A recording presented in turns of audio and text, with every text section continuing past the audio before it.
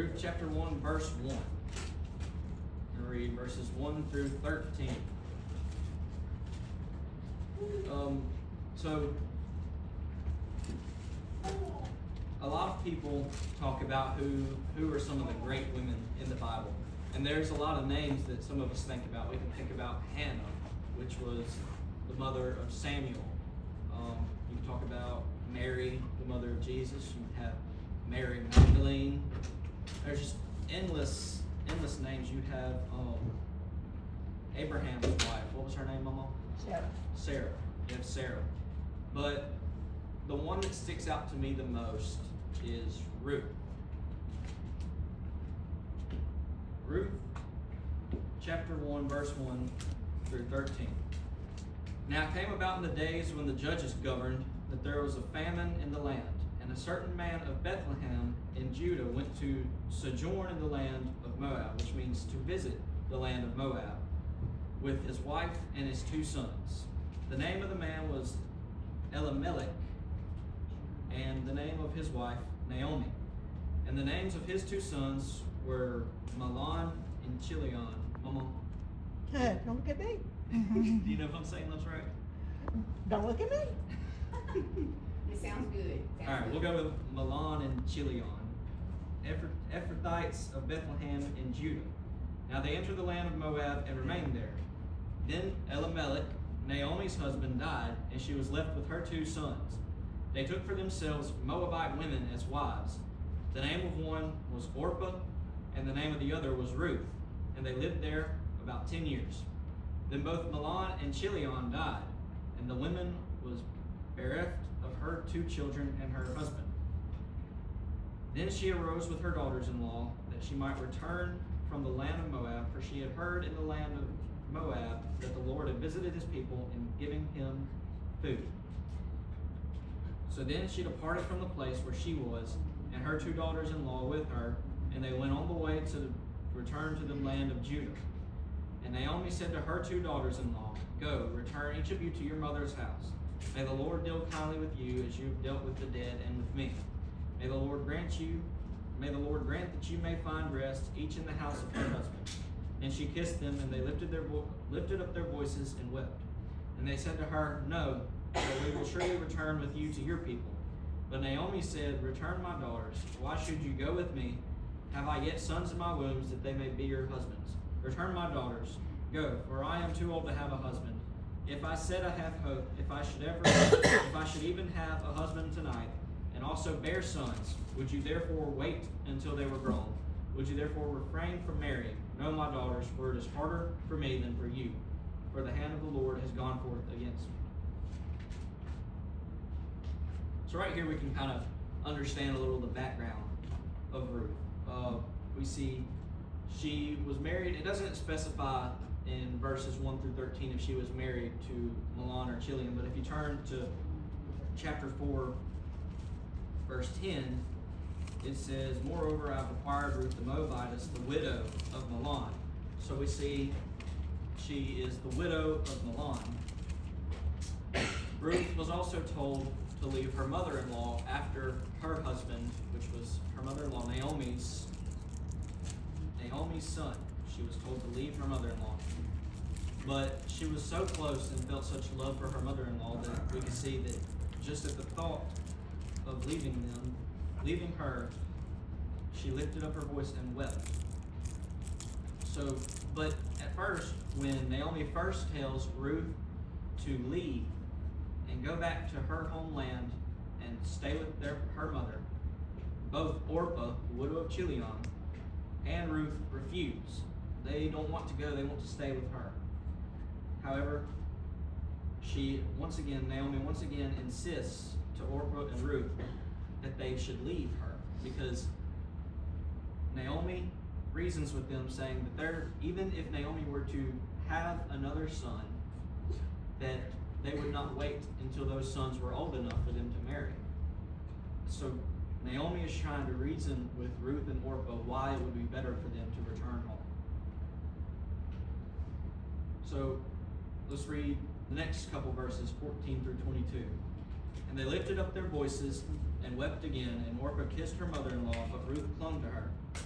Then she said, Behold, your sister-in-law has gone back to her people and her gods. Return after your sister-in-law. But Ruth said, Do not urge me to leave you or turn back from following you. For where you go, I will go, and where you lodge, I will lodge. Your people shall be my people, and your God my God. Where you die, I will die, and there I will be buried. Thus may the Lord do to me, and worse, if anything but death parts you and me. When she saw that she was determined to go with her, she said no more to her.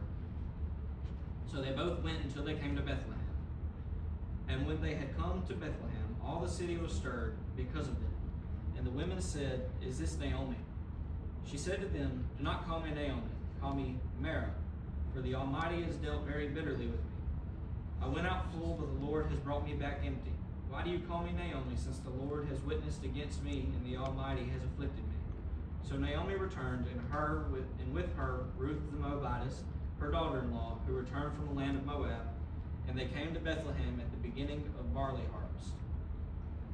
So here we see after Naomi once again insists that Orpah and Ruth leave her and return to their homeland with their own mothers and find other husbands, Ruth stays.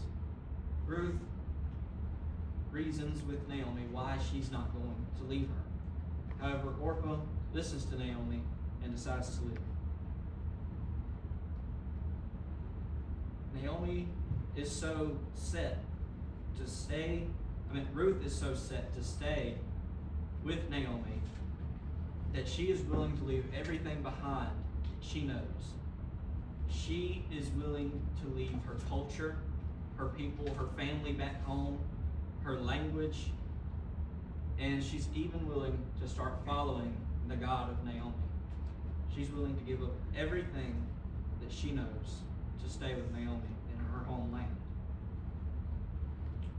Naomi changed her name from Naomi to Mara,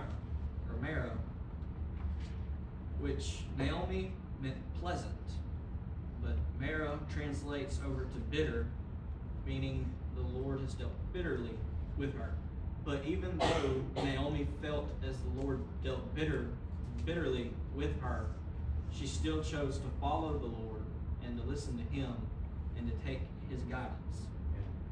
And later on in the book of Ruth, she learns to turn that bitter feeling into joy.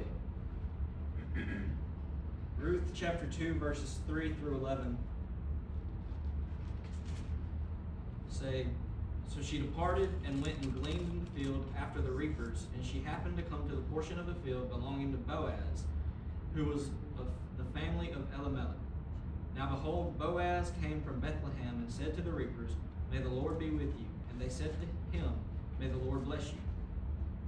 Then Boaz said to his servant, who was in charge of the reapers, Whose young woman is this? The servant in charge of the reapers replied, She is the young Moabite woman who returned with Naomi from the land of Moab. And she said, Please let me glean and gather after the reapers among the sheaves. Thus she came and has remained from the morning until now. She has been sitting in the house for a little while. And then Boaz said to Ruth, Listen carefully, my daughter. Do not go to glean in another field. Furthermore, do not go on from this one, but stay here with my maids. Let your eyes be on the field which they reap, and go after them indeed. Indeed, I have commanded the servants not to touch you. When you are thirsty, go to the water jars and drink from what the servants draw. Then she fell on her face, bowing to the ground, and said to him, Why have I found favor in your sight that you should take notice of me, since I am a foreigner? Boaz replied to her, All that you have done for your mother-in-law after the death of your husband has been fully reported to me, and how you left your father and your mother and the land of your birth and came to a people that you did not previously know. So it says that she happened to come to the portion of the field belonging to Boaz. However, her coming to the field that belonged to Boaz was an act of God. God knew what He was doing when He led Ruth to Boaz's field. And Boaz was related to Elimelech. It said Boaz, who was of the family of Elimelech. So this qualifies Boaz to become Ruth's kinsman redeemer, and we'll talk about that in just a minute, and what you have to do or be to be a kinsman redeemer. So God led Ruth to glean in Boaz's field. Ruth was introduced to Boaz, who accepted her as a gleaner and even went further to protect her more so than the other maids and the other servants.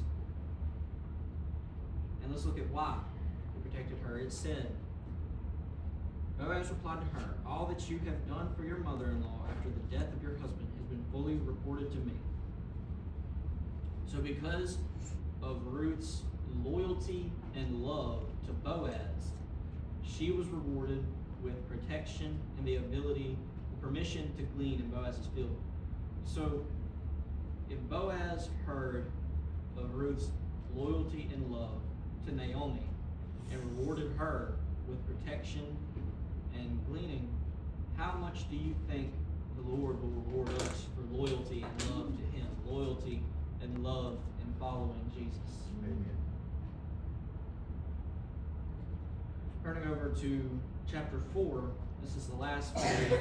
I promise I'm not going to read any more after this. Maybe a little bit. I don't know. Amen. Ruth chapter 4, verses 9 through 11 says, Then Boaz said to the elders and all the people, "You are witnesses today that I have bought from the hand of Naomi all that belonged to Elimelech and all that belonged to Chilion and Mahlon. Moreover, I have required Ruth the Moabitess, the widow of Mahlon, to be my wife, in order to raise up the name of the deceased on his inheritance, so that the name of the deceased will not be cut off from his brothers or from the court of his birthplace. You are witnesses today." All the people who were in the court and the elders said, "We are witnesses. May the Lord make the woman who is coming into your home like Rachel and Leah, both of whom built the house of Israel, and may you achieve wealth in Ephrathah and become famous in Bethlehem." So it says in verse 6, the closest relative said, "I cannot redeem it for myself because I would jeopardize my own inheritance. Redeem it for yourself. You may have my right of redemption, for I cannot redeem it." So what they're talking about here is who is going to redeem Ruth? Who is going to be Ruth's kinsman redeemer? Now there's 4 requirements to be a kinsman redeemer. You have to be a relative to the one who is being redeemed. You have to have the ability to pay. You have to be willing to redeem them. And you also have to be willing to pay the price in full. Now, when I was reading those 4 requirements, and that's according to the Old Testament law of being a kinsman redeemer. When I was reading those 4 requirements, my brain was working, and I thought, there's somebody else who fits 4 requirements to be a kinsman redeemer, a relative. Well, we call him our brother. We call him a father. And he makes all of us brothers. You have to have the ability to pay. Well, this man I was thinking about, he has the ability to do anything. Amen. You have to be willing to redeem. Amen. We read about this man and how willing he is to redeem us if we just ask him to. And you have to pay it in full. Well, I know for sure this man paid every price in full. The man I'm thinking about that also meets the kinsman redeemer requirements is Jesus. Yeah. So just like Boaz redeemed Ruth by marrying her, Boaz gave Ruth a new family. It says in chapter 4, verse 13. So Boaz took Ruth, and she became his wife, and he went into her, and the Lord enabled her to conceive, and she gave birth to a son. So not only did she get the family of Boaz as her in-laws, she got a son, a new family. We receive something new by our kinsman redeemer. We receive a new life. We receive a new way of living when we decide to follow Christ. So the book of Ruth, could be split up into two parts. Part 1 is the chapters 1 and 2. Part 2 is chapters 3 and 4.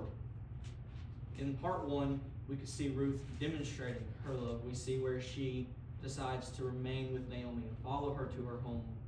And she shows her loyalty and love towards Naomi. In chapter 2, she continues to listen to Naomi. Naomi gives her instructions of things to do, and she follows them, so she's displaying her loyalty. In chapter 3 and 4, part 2, we can see where Ruth is also rewarded for her loyalty and love, where she is redeemed by Boaz. She marries Boaz.